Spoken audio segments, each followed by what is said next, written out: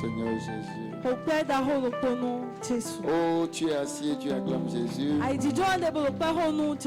croyais que tu pouvais mieux faire pour le nom de Jésus. Tu peux mieux faire, tu peux mieux faire. Tu peux mieux faire. Tu peux mieux faire. Amen. Amen. Émerveillé par l'éclat de ta beauté, Père, tous les hommes se prosternent et chantent à l'unisson. Émerveillé par l'éclat de ta beauté, Père, tous les hommes se prosternent et chante à l'unisson. Yahweh, Yahweh, Yahweh, tu es élevé au-dessus de tout. Nous disons Yahweh, Yahweh, Yahweh.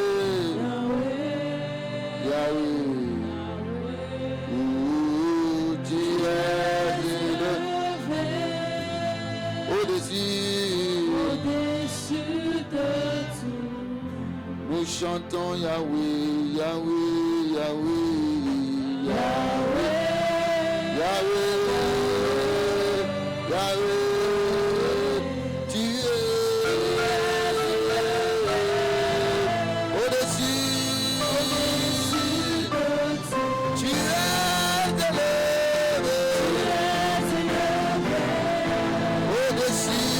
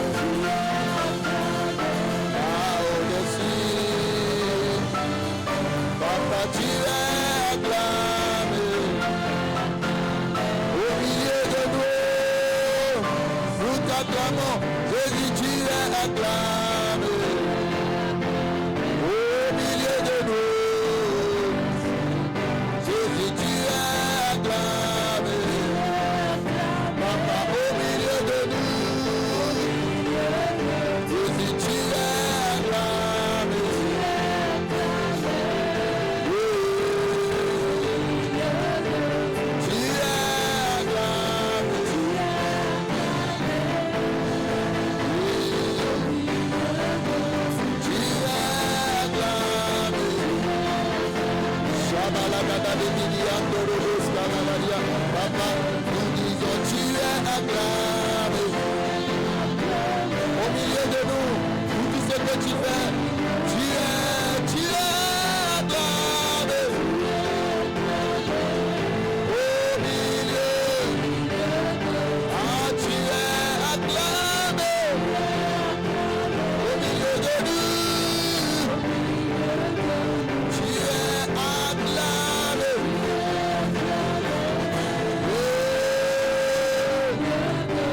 Nous t'honorons, tu es acclamé. Merci de ta présence, merci pour ta grâce, merci pour ta fidélité, merci pour ta puissance. Tu es acclamé. Nous t'acclamons pour ce que tu fais.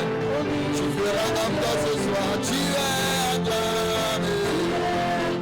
Elohim, Elohim, Elohim. Oh, tu es acclamé.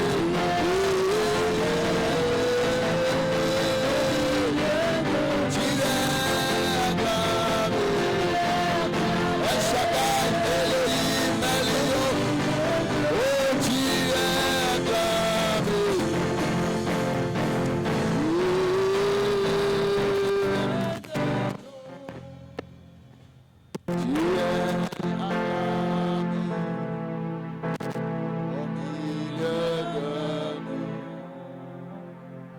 Tu es acclamé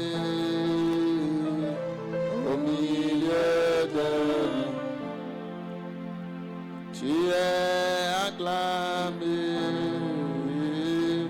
au milieu de nous. Père, nous t'adorons, nous t'honorons, nous te célébrons.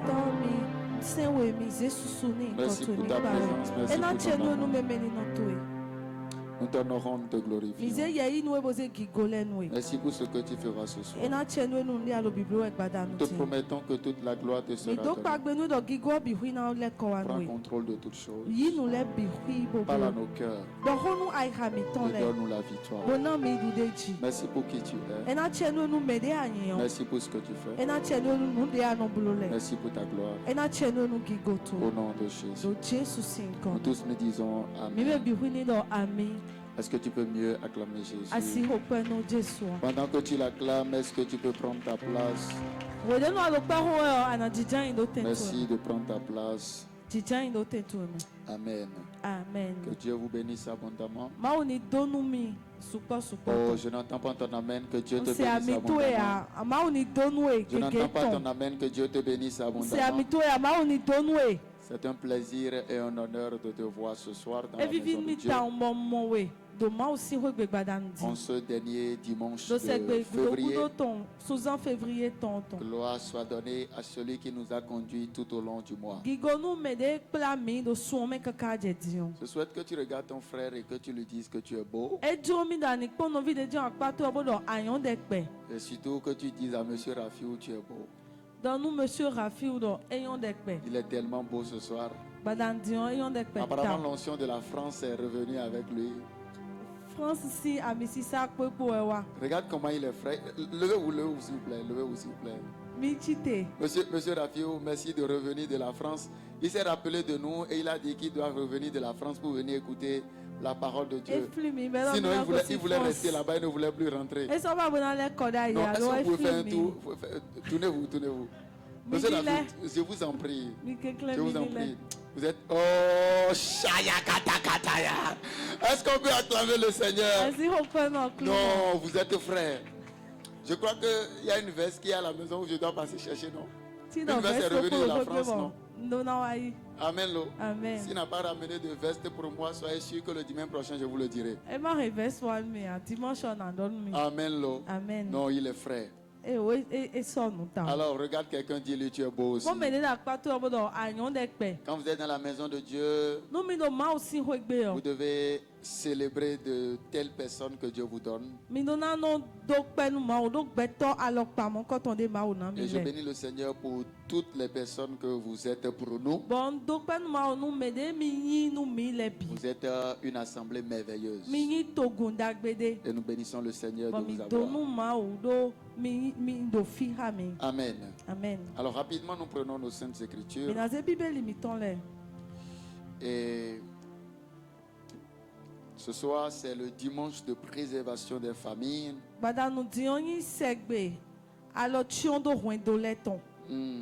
Préservation des familles. Amen. Amen. Oh, amen. Lo. Amen. Oh, amen. Lo. Amen. Oh, amen. Lo. Amen. Alors, le thème de ce soir est Tuku. Le thème dit ma famille. Ma famille. Ma famille. Alléluia. Amen. Alors prenez 3 tests avec moi. Le premier test que je vous propose se trouve dans le livre de Genèse. Genèse. Prenez avec moi le chapitre 2. Le verset 18 au verset 24. La Bible dit, l'Éternel Dieu dit, il n'est pas bon que l'homme soit seul. Je lui ferai une aide qui soit son vis-à-vis. L'Éternel Dieu façonna à partir de la terre tous les animaux sauvages et tous les oiseaux du ciel. Puis il les fit venir vers l'homme pour voir comment il les appellerait. Il voulait que tout être vivant porte le nom que l'homme lui donnerait. L'homme donna des noms à tout le bétail, aux oiseaux du ciel et à tous les animaux sauvages. Mais pour lui-même, il ne trouva pas d'aide qui soit à son vis-à-vis. Alors l'Éternel Dieu fit tomber un profond sommeil sur l'homme, qui s'endormit. Il prit une de ses côtes et referma la chair à sa place. L'Éternel Dieu forma une femme à partir de la côte qu'il avait prise à l'homme. Et il amena vers l'homme. L'homme dit, voici cette fois celle qui est faite des mêmes os et de la même chair que moi. On l'appellera femme parce qu'elle a été tirée de l'homme. Alléluia. Amen. Deuxième test que je vous propose. Prenez avec moi Genèse toujours. Le chapitre 4. Et prenons à partir du verset 1er. Adam eut des relations conjugales avec sa femme Ève. Elle tomba enceinte et mit au monde Caïn. Elle dit, j'ai donné vie à un homme avec l'aide de l'Éternel. Elle mit encore au monde le frère de Caïn. Abel fut berger et Caïn fut cultivateur. Au bout de quelque temps, Caïn fit une offrande des produits de la terre à l'Éternel. De son côté, Abel en fit des premiers-nés de son troupeau et de la graisse. L'Éternel porta un regard favorable sur Abel et sur son enfant, mais pas sur Caïn et sur son enfant. Caïn fut très irrité et il abhorra un nez sombre. L'Éternel dit à Caïn, pourquoi es-tu irrité? Et pourquoi abordes-tu un nez sombre? Certainement, si tu agis bien, tu te relèveras. Si en revanche tu agis mal, le péché est couché à la porte et ses désirs se portent vers toi. Mais c'est à toi de dominer sur lui. Cependant, Caïn dit à son frère Abel, allons dans les champs. Et alors qu'il était dans le champ, il se jeta sur lui et le tua. L'Éternel dit à Caïn, où est ton frère Abel? Il répondit, je ne sais pas. Suis-je le gardien de mon frère? Dieu dit alors, qu'as-tu fait? Le sang de ton frère crie de la terre jusqu'à moi. Amen. Amen. Oh, amen. Amen. Prenez avec moi le dernier test. Pour ceux qui notent, Éphésiens 3, le chapitre 3, le verset 14 à 15. Voilà pourquoi je plie les genoux devant l'Éternel, le Père de notre Seigneur Jésus-Christ, de qui toute famille dans le ciel et sur la terre tient son nom. Alléluia. Amen. Oh, alléluia. Amen. De qui toute famille de la terre, du ciel, alors ce soir, la première chose que je souhaite que tu saches, c'est que Dieu n'est pas d'abord le Dieu des individus.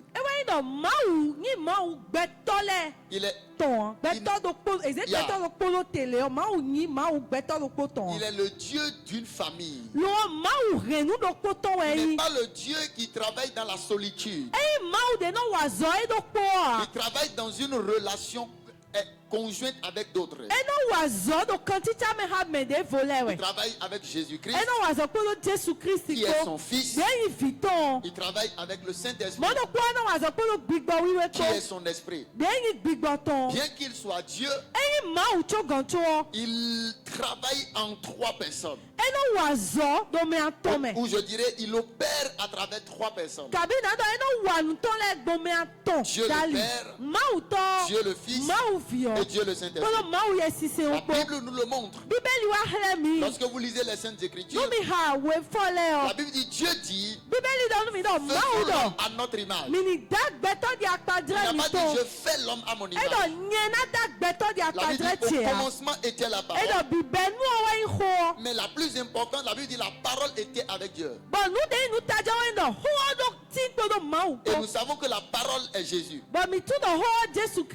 Alléluia. Amen. Donc Dieu n'est pas un Dieu qui opère seul.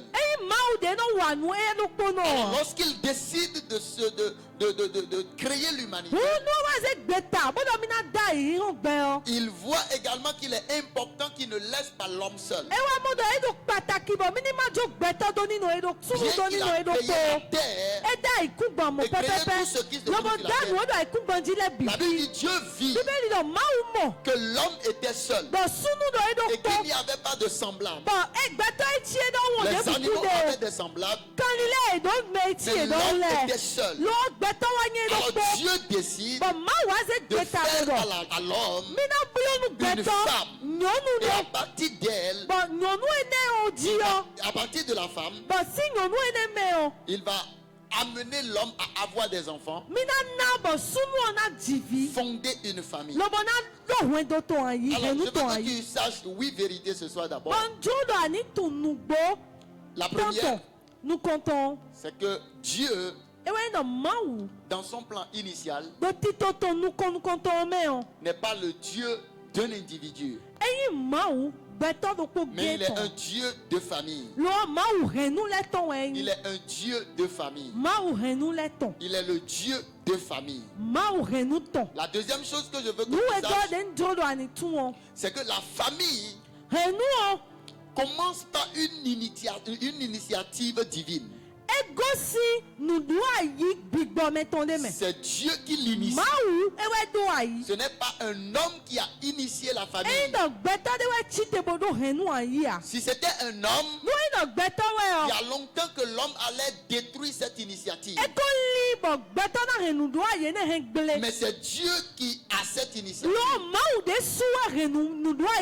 Lorsque vous lisez la Bible, dans Genèse 2 que nous venons de lire, C'est Dieu qui voit qu'il n'est pas bon que l'homme soit seul. Et qui prend la décision. Alléluia. Amen. Il prend la décision de pouvoir faire quoi?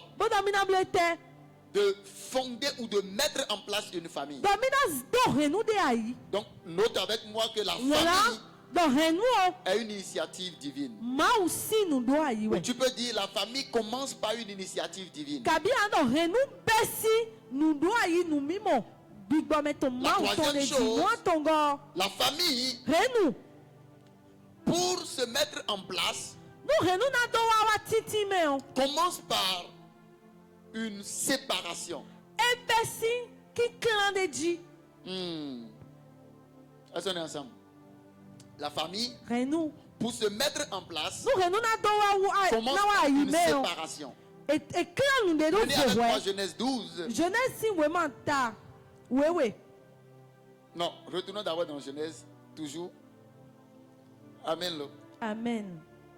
Prenez avec moi Genèse. Alléluia. Amen. Oh, dis-moi Amen. Dans ami. Oh, dis-moi Amen. Dans ami. Genèse 2, verset 24. Voilà. Revenons dans le texte initial. Genèse 2, 24. Il dit, c'est pourquoi l'homme quittera. La première chose, j'ai dit quoi? Dieu est un Dieu de famille. La deuxième chose, j'ai dit que la famille commence où la famille est une initiative divine. La troisième chose, la famille commence par une séparation. Dieu dit, lorsqu'il crée l'homme, il dit l'homme quittera son père et sa mère. Donc Dieu sépare l'homme de ses raisonnements humains.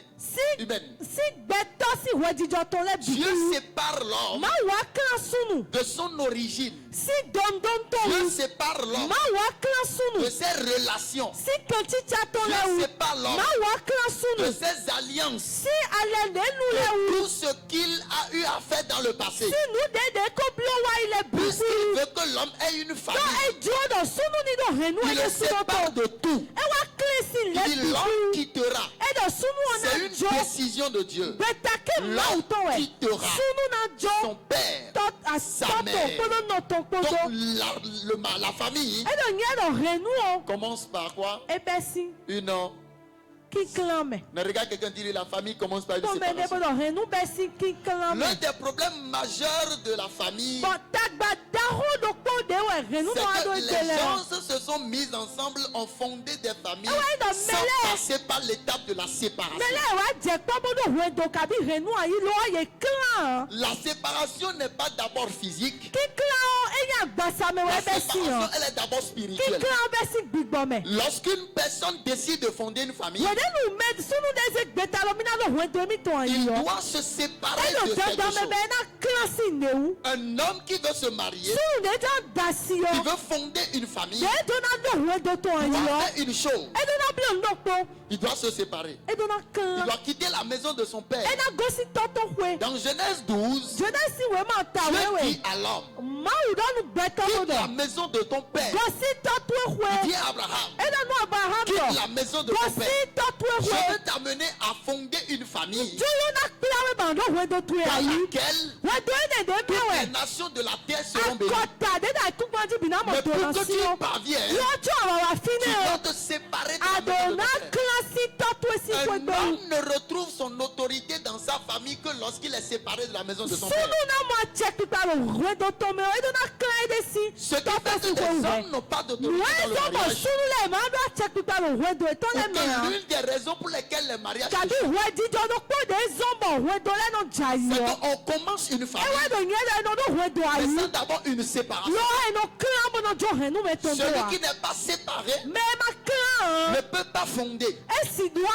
Oh my God, est-ce qu'on est ensemble? Celui qui n'est pas séparé ne peut pas fonder. Celui qui continue pas dépendre de ses parents ne peut pas fonder une famille. Un enfant qui continue par prendre de petits déjeuners n'a pas le droit d'aller fonder une famille. Un enfant qui continue par vivre sous le toit de son père et de sa mère et qui ne connaît pas ce qu'on appelle la séparation et qui vit dans le salon de son père et qui peut venir dire à son papa, papa, je veux regarder télé avec ma femme,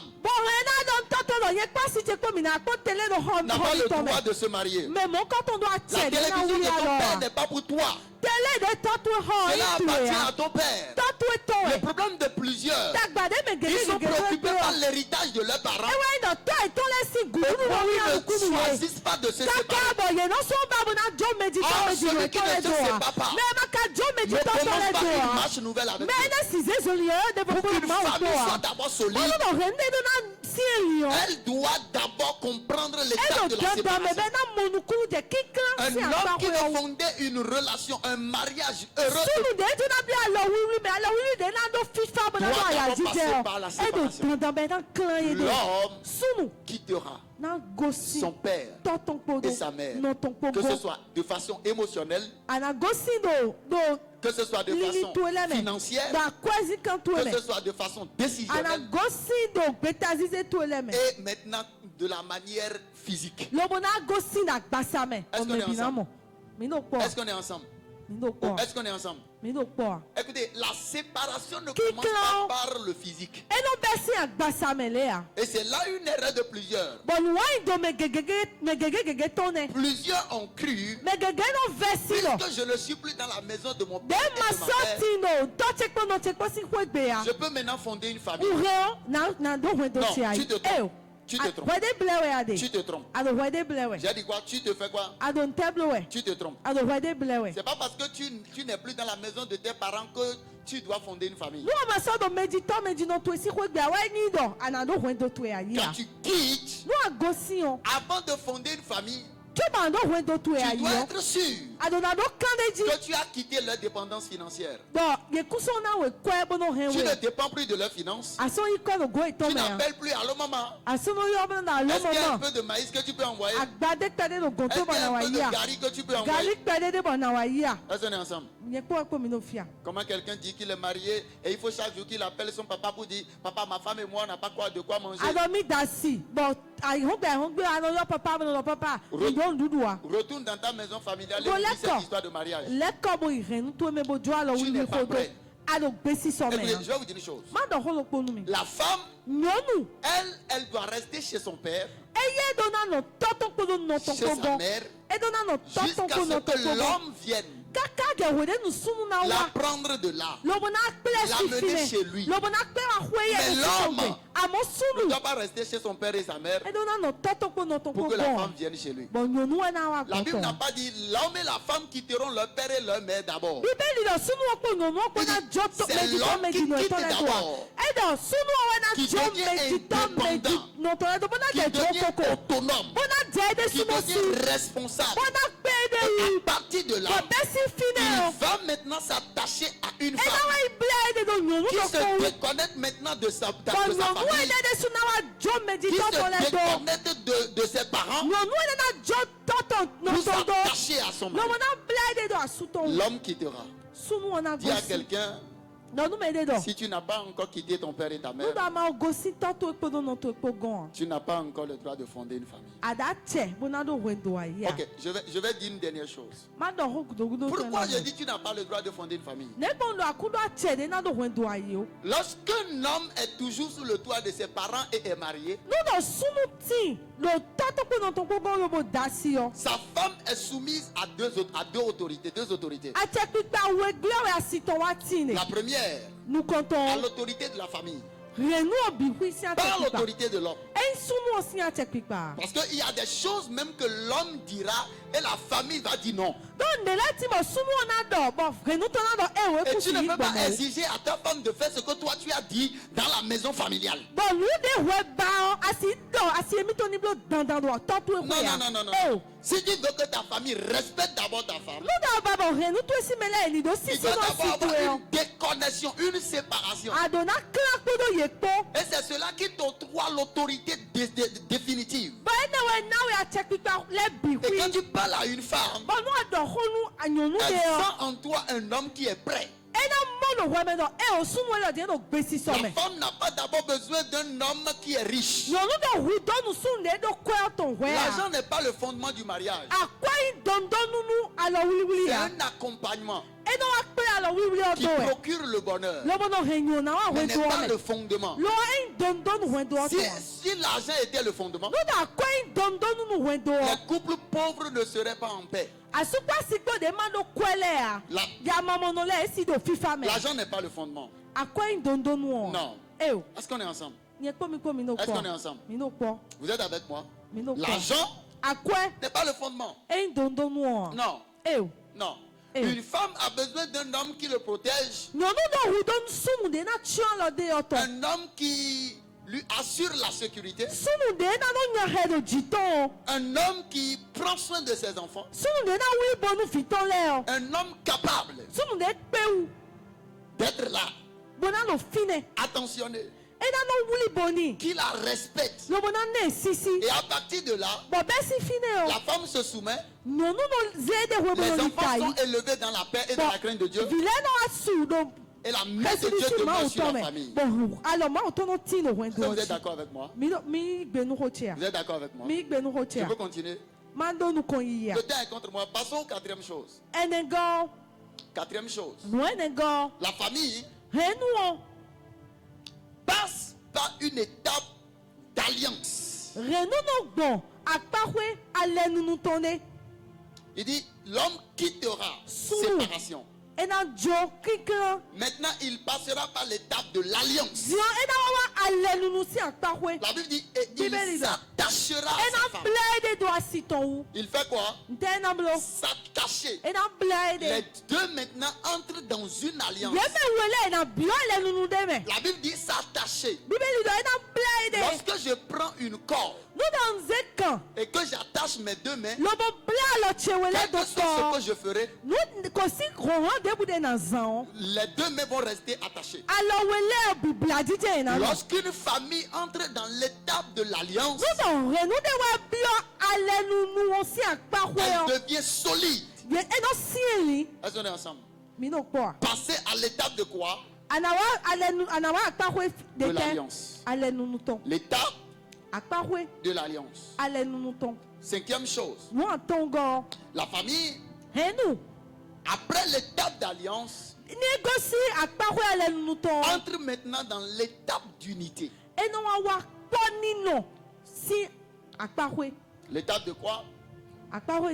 D'unité. L'étape de l'unité. La Bible dit, et les deux deviendront une seule chair. Ils entrent en alliance. Ils sont séparés de toute autre voie. Ils sont séparés de tout ce qui vient de l'extérieur. Et puis il n'y a maintenant que eux deux. Mais ils ne sont plus deux. Il devient une seule chair. Lorsque vous séparez les deux, ce n'est plus un homme, mais c'est une fantôme. C'est un fantôme. Regarde, quelqu'un dit lui, est-ce qu'on est deux ou bien on est fantôme? Dis-lui deux ou fantôme. Oh my God, dis-lui deux ou fantôme. Vous êtes deux ou fantômes? Vous êtes deux. Donc vous êtes une seule chair. Amen. Lo. Amen. Oh, amen. Lo. Amen. La Bible dit les deux maintenant vont s'unir. Je suis au quantième? 5, hein? Je dois donner combien maintenant? Le sixième. Sixième. Après l'étape d'unité, il passe à l'étape de la responsabilité. À l'étape de quoi? De la responsabilité. Regardez avec moi ce test. Prenez avec moi Genèse chapitre 2. Genèse Tawe. Genèse chapitre 2 et lisons le verset. Oh my God. Oh my God. Non, Genèse chapitre 1 du moins. Genèse ta nous comptons. Le verset 28. Yeah. La Bible dit, Dieu les bénit. Et il a dit, reproduisez. Devenez nombreux. Remplissez la terre. Soumettez-la. Dominez sur les poissons. Sur les oiseaux du ciel. Et sur tout animal qui se déplace. Alléluia. Amen. Donc Dieu fait quoi? Dieu les bénit. Mais en réalité, Dieu leur confie une responsabilité. Faisons l'homme pour qu'il domine sur tout ce que nous avons créé. Genèse 1er, le verset 26. Faisons l'homme pour qu'il domine. Donc, lorsque l'homme et la femme deviennent une famille unie, ils entrent maintenant dans l'étape de la responsabilité. L'étape de quoi? De la responsabilité. Et dans la responsabilité, il commence par dominer. Écoutez, Dieu confie le jardin à Adam. Mais Dieu vit que Adam avait besoin d'elle. Alors il lui donne Ève. Pour que Ève l'aide à pouvoir faire quoi? Remplir la mission. Je crois beaucoup plus que mariage réussi produit une mission réussie. Est-ce qu'on est ensemble? C'est là où j'introduis la septième chose. La septième chose. Une famille responsable produit une nation forte.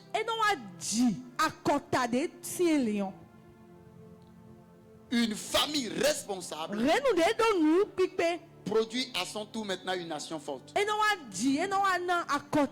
Dieu dit, je vais lui faire une aide qui va l'aider. Et les deux vont accomplir une mission. Et les deux dans le jardin deviennent maintenant une nation forte qui se reproduit, qui domine et qui gouverne. Je vais vous dire une chose. Tout homme que vous verrez et qui n'a pas une famille forte, ou je dirais plutôt un foyer fort, si vous le placez à la tête d'une nation, la nation se fragilisera. Un homme devient beaucoup plus responsable vis-à-vis de sa nation lorsqu'il assume pleinement sa responsabilité vis-à-vis de sa famille. Oh, bon. On est là? On est là? Lorsque le diable décide d'attaquer une nation, la première chose qu'il fait, il attaque les familles. Pourquoi aujourd'hui le diable est en train de faire une campagne à ce que les familles soient détruites? Que l'homme commence pas à aller vers l'homme pour ne plus produire des enfants, pour ne plus avoir des familles.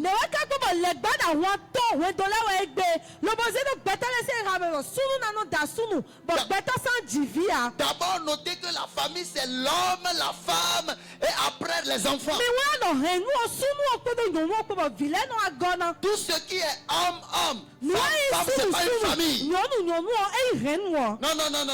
Ce n'est pas une famille. C'est une assemblée de malfaiteurs et de destructeurs sur lesquels vous devez appeler le feu du ciel. Parce qu'ils se comportent contre nature. Ce sont les agents payés, alimentés, soutenus par le diable et l'enfer. Ils n'ont pas la place à côté de vous. Ça ne répond à aucun principe biblique. Jamais. C'est l'homme, la femme et après les enfants. Montrez-moi homme qui est allé avec homme et ils sont déjà tombés enceintes. Quels que soient les changements corporels, ils peuvent mettre des ongles comme ça. Ils se comportent maintenant comme une femme. Et il n'a plus les yeux sur la terre. Ses yeux voient en haut. Ce sont des sorciers, des esprits de sirène qui ont besoin de délivrance. C'est de l'abomination. Pourquoi le diable est en train de faire ça? C'est parce qu'il sait que si une famille est unie, responsable et forte, la nation sera forte. La nation sera une nation puissante. Oh, alléluia.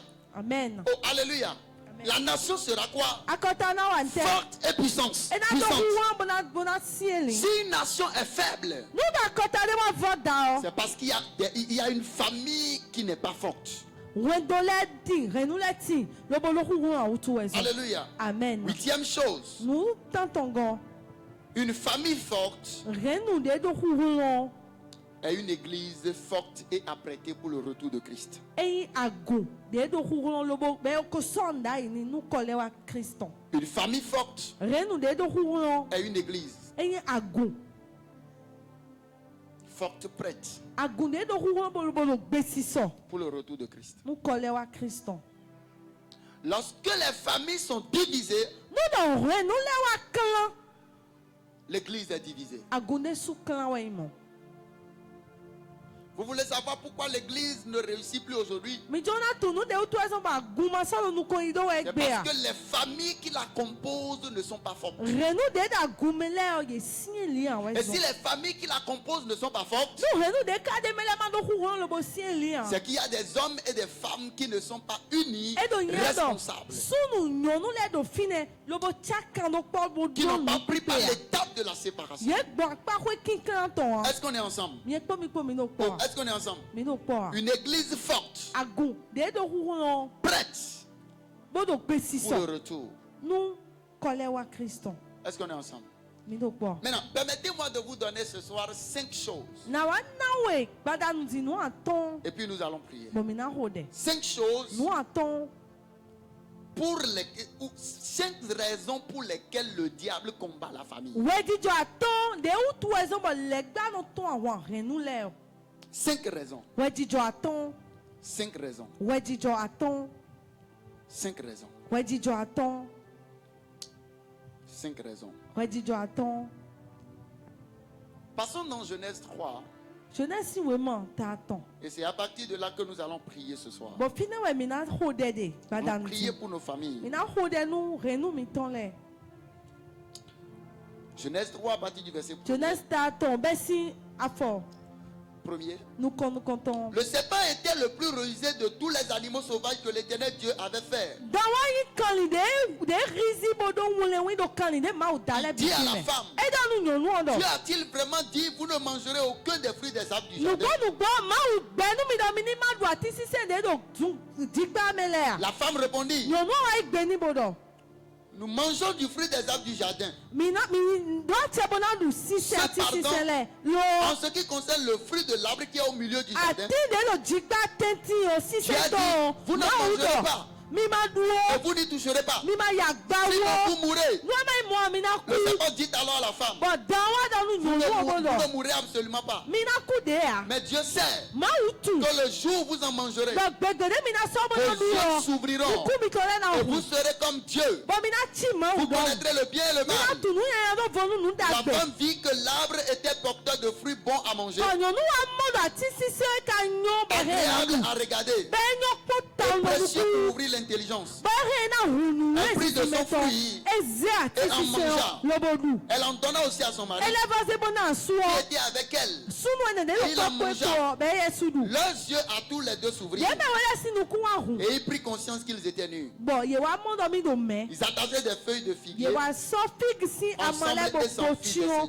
des ceintures. Quand il entendit la voix de l'Éternel Dieu, l'homme et la femme se cachaient loin de l'Éternel. Cependant l'Éternel Dieu dit, homme, où es-tu? Première raison. Première raison. Le diable attaque les familles parce que la famille est ce qui porte la destinée de l'humanité. La destinée de l'humanité ne se trouve pas dans la main d'un individu, mais dans la main d'une famille. Vous êtes avec moi? La destinée d'une nation ne se trouve pas dans la main d'un homme, mais se trouve dans la main d'une famille. La Bible dit, le diable vint vers eux. Il a compris que les deux étaient devenus forts. Unis, forts et unis. Alors il met une chose. Il les détruit. Il fait quoi? Il les détruit. Il les détruit. Pourquoi? Parce qu'il voulait avoir la main sur l'humanité. La Bible dit, lorsque Dieu créa l'homme et la femme et le plaça dans le jardin, Dieu avait une relation avec l'homme. L'humanité n'avait pas besoin du salut. Jésus n'avait pas besoin de venir. La destinée de l'humanité était tracée. Mais le diable qui cherchait à en détruire. Écoutez bien aimé, le diable attaque la famille parce que la famille n'est pas une initiative de l'homme. La famille n'est pas une nécessité sociale, mais une initiative de Dieu. On ne se marie pas à cause des raisons sociales, mais parce qu'il y a une destinée à accomplir. Et lorsque le diable détruit cette destinée, il détruit la famille. Lorsque le diable détruit la société, il détruit la famille. Lorsque le diable attaque ce qui marche, il attaque l'unité de la famille. Il commence à semer des choses, semer des histoires, semer des malcompréhensions, semer des disputes. À cause d'une seule chose, il veut détruire la destinée de l'humanité. Regardez ce qui se passe dans le monde aujourd'hui. Puisque les familles sont détruites, regardez ce qui se produit. Regardez ce qui se produit. Est-ce que vous voyez ce qui se passe dans le monde? Vous êtes au courant de ce qui se passe dans le monde? Regardez l'homme et les hommes et les femmes. Regardez le niveau de perversion. L'humanité est détruite. Je parlais avec quelqu'un la dernière fois et on était en train de dire une chose. Je disais, les jeunes de mon âge se comportent comme ils veulent. Et personne ne cherche à connaître les voies de Dieu. Tout le monde ils font ce qu'ils veulent. Et moi je me pose souvent une question. Si nous qui connaissons le Seigneur à cet âge, nous étions les restes dans le monde, et qu'on n'arrive pas à gagner les autres qui sont en train de se détruire, que se passera-t-il après nous? Que se passera-t-il après nous? Que se passera-t-il après nous? Est-ce que tu te poses souvent la question, que se passera-t-il après moi? Après ma génération, Qu'est-ce qui se passera? Les enfants deviendront quoi? L'humanité passera à quel état? Quel état de cruauté?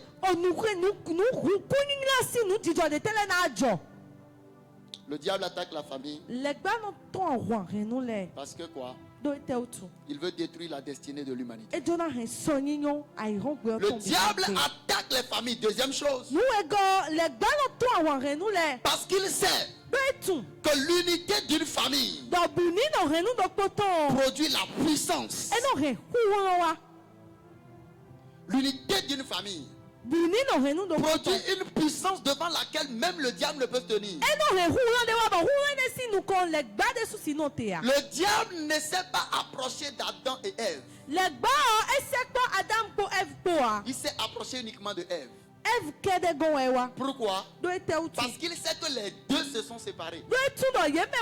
Si les deux étaient ensemble, vous savez, je crois beaucoup plus que si Ève a pu rencontrer le diable, a parlé avec le diable, le serpent, et puis n'a pas consulté son mari avant de manger le fruit, c'est parce que le diable a déjà pris le soin de semer d'abord une malcompréhension entre eux.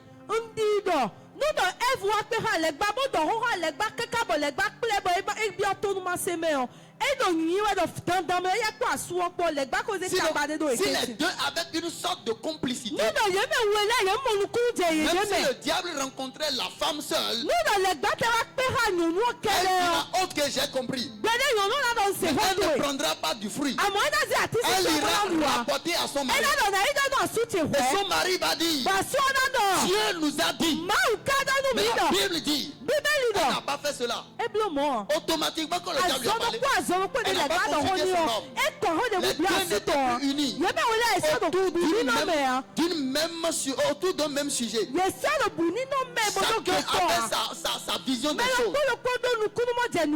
Le diable savait que si chacun a sa vision des choses, la puissance que la famille aura contre lui sera détruite. Pour qu'une famille soit puissante, il faut qu'il soit uni. Et le diable sait que l'unité d'une famille a une puissance. Alors il attaque l'unité. Les enfants sont de leur côté, les parents sont de leur côté. Chacun est en train de s'entre-déchirer. L'entente n'y est pas. Et là, il détruit la puissance qui leur permet de le résister. Le diable sait que l'unité d'une famille produit la puissance. L'unité d'une famille produit la puissance. Et tu peux m'ajouter produit la résistance. La Bible dit résister devant le diable. Mais est-ce que vous savez que vous seul vous ne pouvez pas résister? Non. Si vous êtes deux, si vous êtes une famille, les parents et les enfants, il y a une entente entre vous. Lorsqu'une personne est attaquée, les autres. Alors pourquoi tu dois préserver ta famille ou préserver l'unité de ta famille? C'est parce que votre unité produit la puissance. Et votre unité produit la puissance.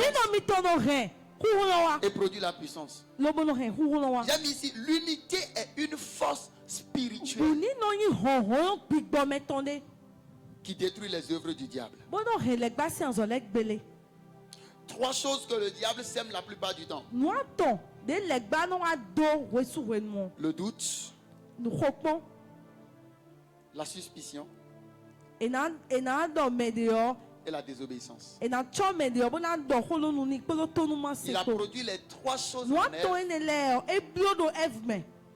Il a dit Dieu sait que si vous mangez le fruit, vous ne mourrez pas, mais vous verrez.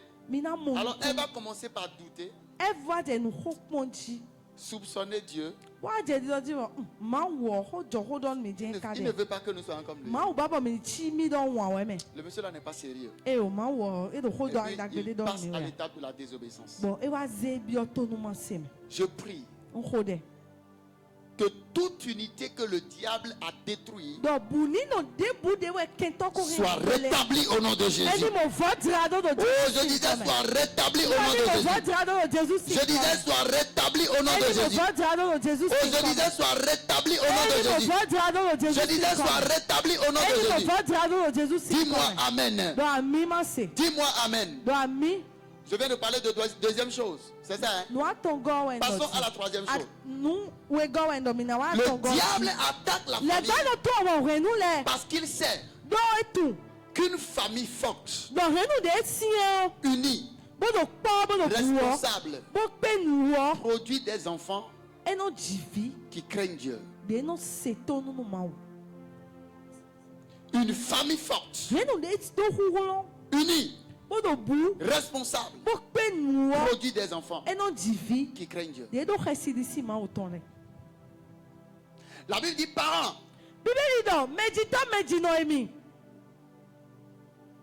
n'irritez pas vos enfants. Enfants, obéissez à vos parents. Mais une famille qui est détruite, une famille qui est attaquée, vous allez trouver des enfants qui n'honorent plus les parents. Et vous trouverez des parents qui sont irrités contre les enfants. Je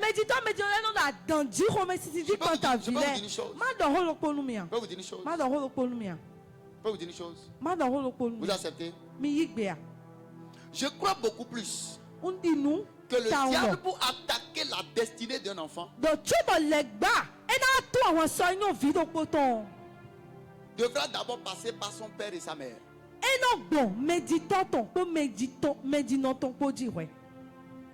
Il passe soit par des temps d'irritation de la famille,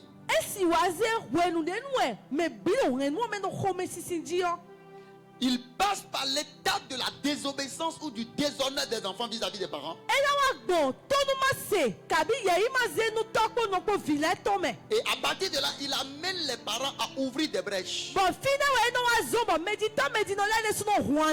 il entre à partir de là. Détruire la destinée des enfants. La sorcellerie est puissante lorsqu'il trouve une famille qui n'est plus à l'étape forte, unie, à l'étape responsable. Les enfants deviennent livrés à eux-mêmes. Leur éducation est compromise. Leur destinée n'est plus sécurisée. Et la famille est détruite. Notez que j'ai dit qu'une famille composée de père et de mère en première position, avant de passer aux enfants. Est-ce qu'on est ensemble? Il sait que les enfants sont l'avenir de la famille. Les enfants. En fait, Dieu est préoccupé par la génération. Dieu est un Dieu de famille et un Dieu de génération. Il quitte Abraham et il vient à Isaac. Et il dit à Isaac, je suis le Dieu de ton père. Je désire être ton Dieu. Après Isaac, je suis le Dieu de ton père Abraham et de ton père Isaac. Et maintenant je viens à toi. Et après Jacob, il passe aux enfants d'Israël. Je suis le Dieu d'Abraham, d'Isaac et de Jacob. Dieu, un Dieu de famille. La plus grande richesse que Dieu peut donner à un homme n'est pas l'argent, c'est une famille. La plus grande richesse que Dieu peut donner à un enfant, ce n'est pas la gloire.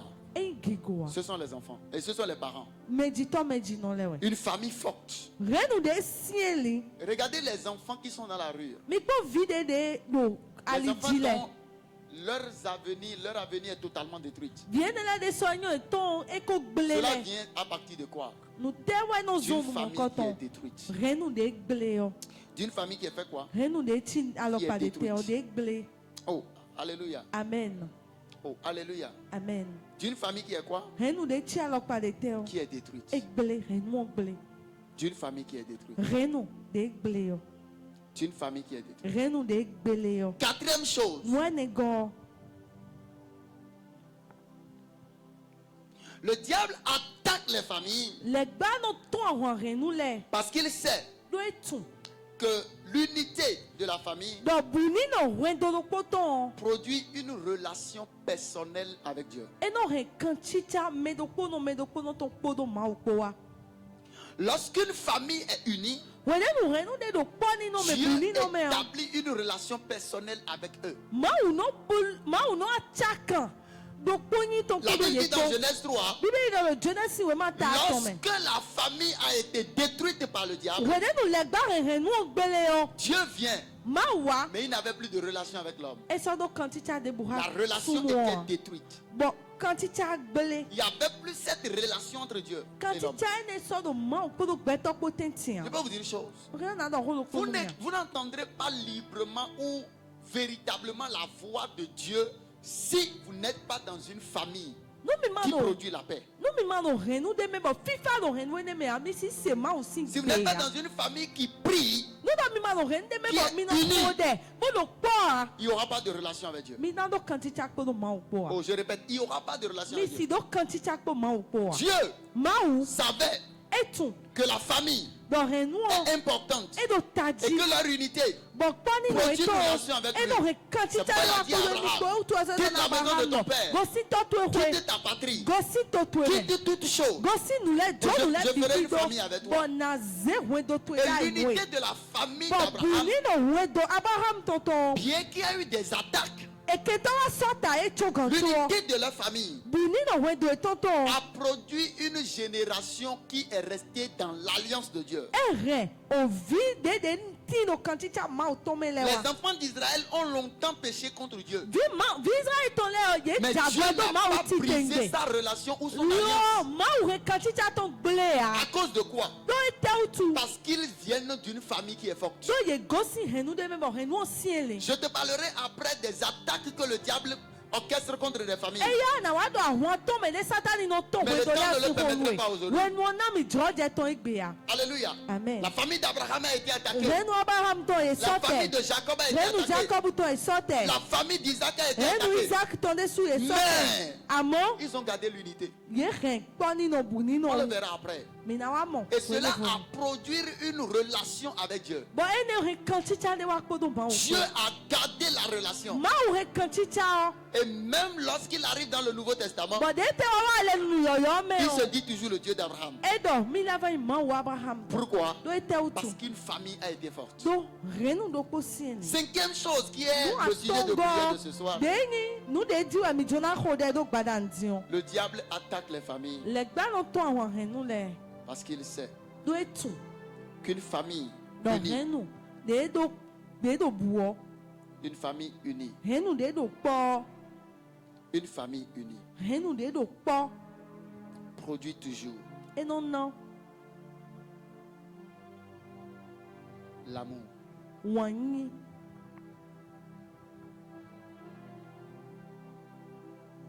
Une famille unie produit l'amour. Notez que la Bible nous a dit que l'amour n'envie pas. L'amour ne jalouse pas. 1 Corinthiens 13.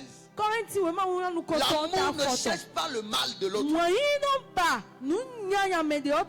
Prenez avec moi Genèse 4. Qui sera le sujet de notre prière ce soir. La Bible dit, le diable a mis une division dans la famille d'Adam. Il a mis une division dans la première famille que Dieu a établie.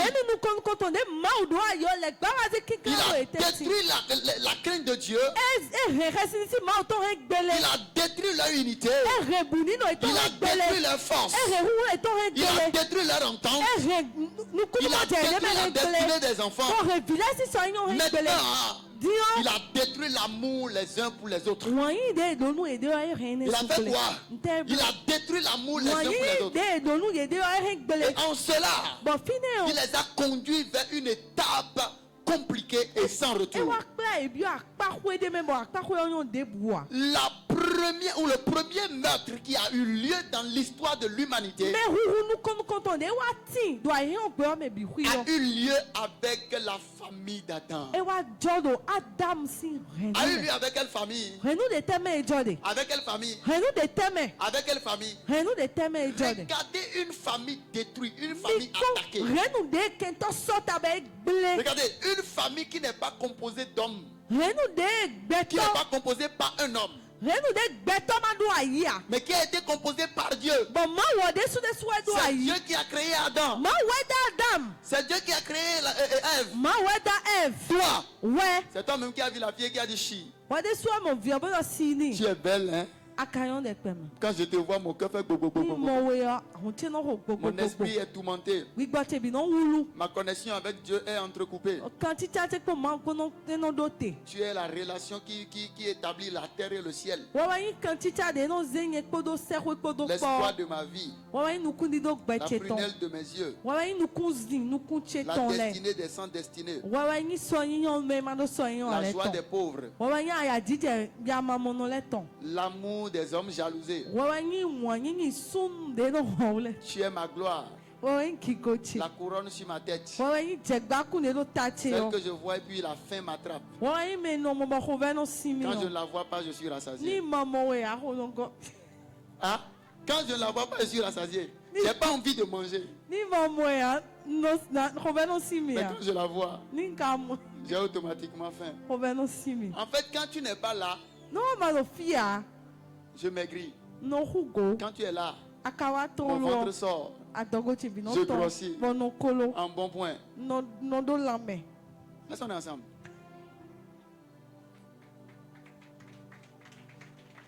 Écoute. Le diable a attaqué une famille créée, composée par Dieu lui-même. Laisse-moi te demander, est-ce que c'est ta famille qui ne va pas attaquer? Je vais répéter ça. Regarde,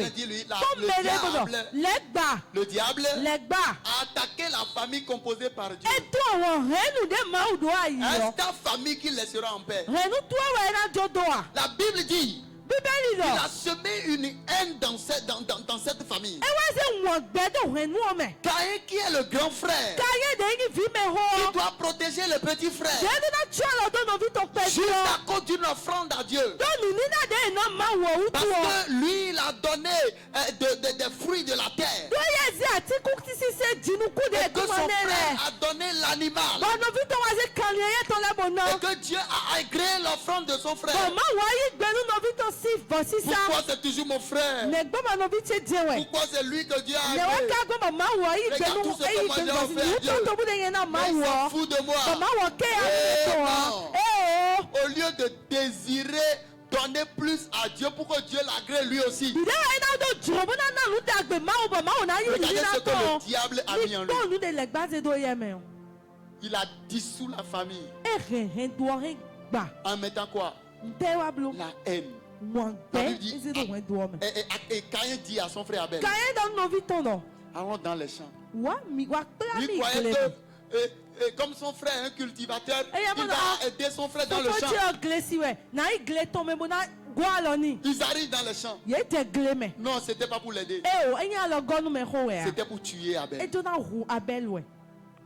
Si cette famille était unie, s'aimaient mutuellement. Écoute, Dieu approuve l'un. Si la famille est unie, c'est que Dieu a approuvé nous tous. On dit, si mon mari donne 5 millions, et que moi j'ai donné 1 million, et puis Dieu dit, mais 1 million sont peu. Et que les 1 million de mon mari ou de ma femme, c'est beaucoup, c'est ce qui lui est agréé. Bon, million de assuté kabia cité na we ma oui. Si je n'ai pas vous donner plus que ça. Nous na makado de bonana humo. Je vais appliquer la loi de l'unité d'une seule chair. Na waze o sene da mi me wala mi ambassadeur ko. Mi me wala mi yete. Une seule chair. Ambassadeur ko. Ce qu'il a donné c'est moi qui ai donné. donné. Nous de na yewe na. Bon fo. Et Caïn dit quoi? Nous te Caïn wa do. Je vais tuer. Na oui. Qui a semé le meurtre en lui? Est-ce Dieu? Il a vu ça chez Dieu. Est-ce qu'il a vu ça chez Dieu? Il a vu ça chez qui? Chez le diable. Le diable a semé ça en lui. Et regardez ce que le diable fait. Quand Caïn tue son frère, la terre est détruite. La famille est détruite complètement. D'abord, ils étaient déconnectés de Dieu. Mais malgré cette déconnexion, Dieu continuait par leur parler. Parce que avant que Caïn ne tue Abel, Dieu lui a parlé. La Bible dit Dieu a vu son visage qui était sombre. Et Dieu lui a parlé d'abord. Pourquoi ton visage est sombre? Agis bien. Et tu pourras relever ta tête. Mais si tu refuses, le péché se couche à ta porte. C'est à toi de dominer sur lui. Donc Dieu lui offrait une porte de domination sur le désir de tuer son frère. Mais comme le diable avait déjà établi la haine, il a mis quoi? Le désir de tuer. Le désir de faire quoi? De tuer. Pourquoi il est nécessaire que nous puissions protéger nos familles? C'est parce que le diable est après nos familles. Le diable est dans nos familles. Il n'est pas en dehors de nos familles. Aujourd'hui, c'est les frères qui attaquent les frères. Nous avons reçu un témoignage le jeudi passé. Et la dame dit, il y avait des gens au camp le jeudi soir. Voilà, merci beaucoup. La dame dit, elle vient avec un enfant. Elle dit, elle a fait 7 ans cherchant d'enfant, elle n'a pas trouvé. Elle est tombée enceinte avant de connaître le camp. Mais l'enfant est décédé dans son ventre. Ils sont allés à l'hôpital. Et quand ils ont fait les choses, ils ont détruit son utérus. Et ils lui ont dit que son utérus a été détruit et qu'elle ne peut plus accoucher. Voilà. Et son utérus ne peut plus avoir d'enfant. Donc ils ont pris par des endroits sans solution. Et finalement, elle est allée chez une de ses sœurs. Elle a vu le calendrier du camp dans sa chambre. Sans rien dire à sa sœur, elle prend le numéro de l'homme de Dieu. Elle prend mon numéro sur le calendrier. Et elle rentre. Elle va dire à son mari, j'ai vu un calendrier dans la chambre de ma soeur. Et j'ai pris le numéro du prophète. Je souhaite que toi tu l'appelles. Et que tu prennes un rendez-vous. Le mari a accepté. Et a appelé le numéro. On lui a indiqué le camp. Et eux deux sont venus au camp. Et on a prié. Elles ont suivi la grande séance du mois de janvier 2025. Et en février, on a programmé la prière pour des femmes qui cherchent d'enfants. Et qu'elle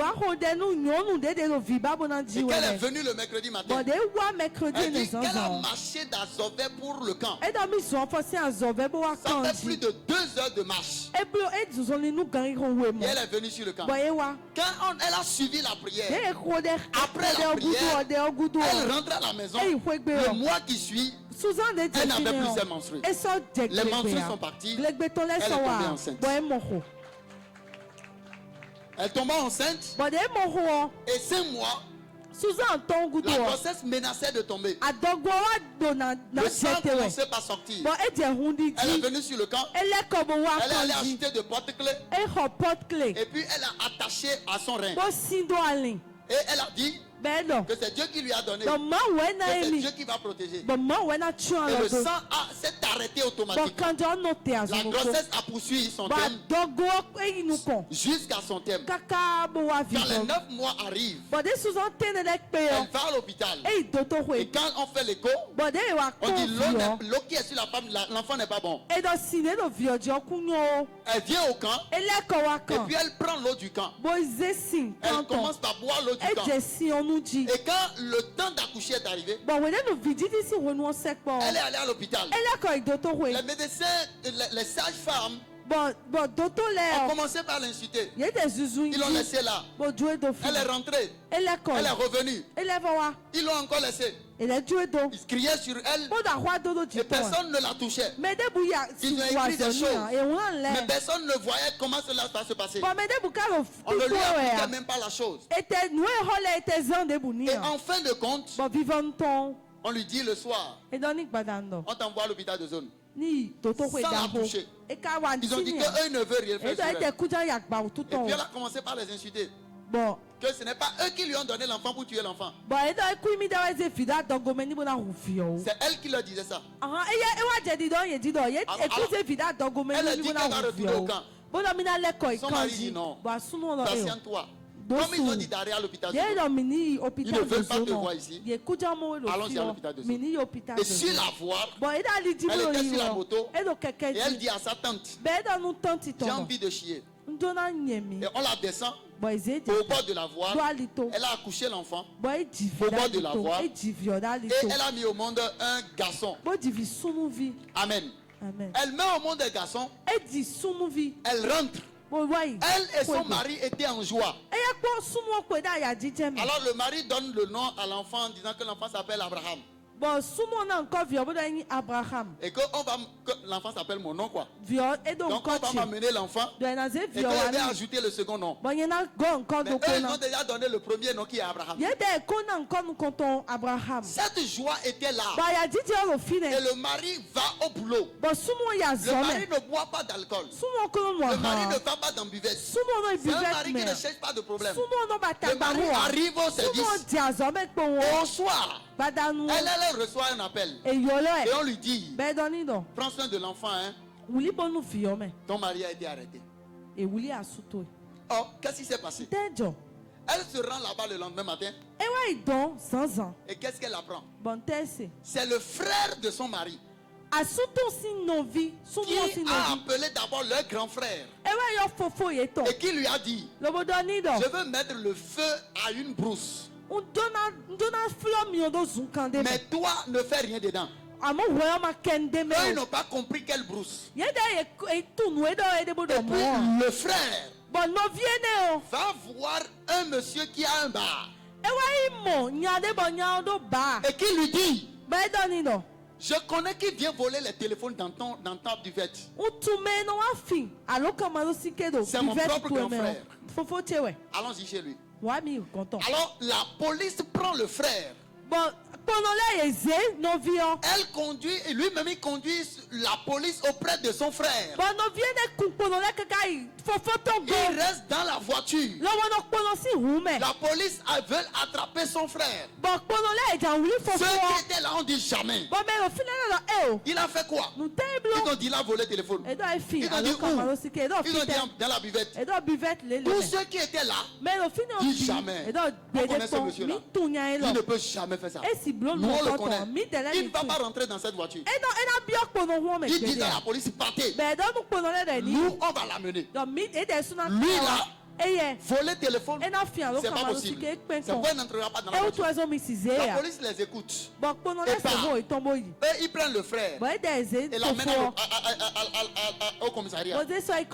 Arrivé au commissariat, ils étaient en train de descendre de la moto et ils ont vu son propre frère en train de descendre de la voiture des polices. Et quand on questionne le frère, il dit que c'est son grand frère qui a volé les téléphones. Il dit, mais c'est pas possible. Tout le monde dit c'est pas possible. Il dit jamais. Qui l'a vu? Alors on les envoie au paquet. Et le paquet reporte l'audience. Alors la femme s'est levée dans la prière. Et elle dit à Dieu, j'ai cherché d'enfants.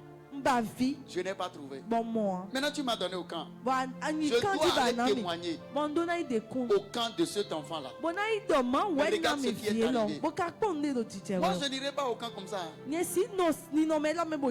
Ma famille ne sera pas détruite. Si mon mari est innocent et ils veulent le détruire, et son frère veut le détruire, tu dois intervenir. Si c'est toi qui agis encore, tu dois intervenir. Elle prie. Elle prend le calendrier et elle prie. Et quand ils arrivent au commissariat, ils arrivent au parquet le jour J. Quand on finit de les écouter, la décision tombe. Le petit frère est envoyé en prison pour 5 ans. Et le grand frère est lâché. Dieu a intervenu. Et celui qui voulait faire mettre son frère en prison à cause des biens de leurs parents, celui qui voulait s'accaparer des choses, finalement s'est retrouvé en prison. Parce que ce qu'il disait n'était pas vrai. Le frère a été relâché. Et lui qui faisait arrêter son frère a pris 5 ans de prison. Et ils sont venus pour témoigner le jeudi soir de l'enfant et de la protection de leur famille. Écoutez bien aimé dans le Seigneur. Le diable attaque la famille, mais Dieu donne la victoire à la famille. Si le diable est après la famille, Dieu aussi veut la famille. C'est pourquoi la famille doit faire un choix. Entre se laisser au diable ou rester avec Dieu. Et pour rester avec Dieu, vous devez rechercher sa préservation. D'où la nécessité. D'où la nécessité de la prière. Et du retour aux fondamentaux. Les fois prochaines, nous aborderons la suite. Mais ce soir, nous voulons prier. Le diable a attaqué la première famille jusqu'à produire la mort. Mais Dieu, Dieu, Dieu, Dieu, Dieu, Dieu a préservé la famille. Dieu a encore la capacité de préserver ta famille. Le diable est encore à l'œuvre. Mais Jésus agit encore. Le diable ne se repose pas. Mais Jésus agit encore. Et il agira ce soir. Le diable n'attaque pas la maladie. Il n'attaque pas les divorces. Il n'attaque pas les incompréhensions. Il n'attaque pas les situations difficiles. Il n'attaque pas les problèmes financiers. Il n'attaque pas toutes sortes de choses. Mais Dieu défend encore la famille. Dieu guérit encore la famille. Dieu restaure encore l'unité. Dieu restaure encore les enfants. Le diable a-t-il détruit des enfants peut-être? Mais ta prière de ce soir va restaurer tes enfants, va restaurer l'unité, va restaurer l'amour, va restaurer la joie, va restaurer la paix, va restaurer le bonheur, va restaurer les finances. Le diable attaque même les finances parce qu'il sait qu'une famille pauvre est une famille déséquilibrée. C'est plus facile pour le diable de détruire une famille qui est pauvre. Mais ce soir, Dieu rendra encore ta famille riche. Il restaurera encore tes finances. La question est, veux-tu que Dieu préserve ta famille ou que le diable détruise ta famille? Si tu veux que Dieu préserve ta famille, tiens-toi sur tes pieds et nous allons prier. Oh my God. Entre tes mains, j'abandonne. J'aime cette chanson pour la famille. Tout ce que j'avais. Est-ce que tu peux abandonner ta famille entre les mains de Dieu? On ne permet à personne Seigneur, d'en reprendre rien. Ah oui, prends-tu, Seigneur. Est-ce que tu peux le dire avec moi? Oui, prends-tu, Seigneur. Oui, prends-tu, Seigneur. Entre tes mains, entre tes mains, à j'abandonne autour ta main. Dis avec moi, mon Père, mon Père. Oh, je veux t'entendre, mon Père, mon Père. Mon Père, mon Père. Pendant que je prie ce soir, et que j'acclame, tu t'attaques de l'ennemi contre ma famille ce soir.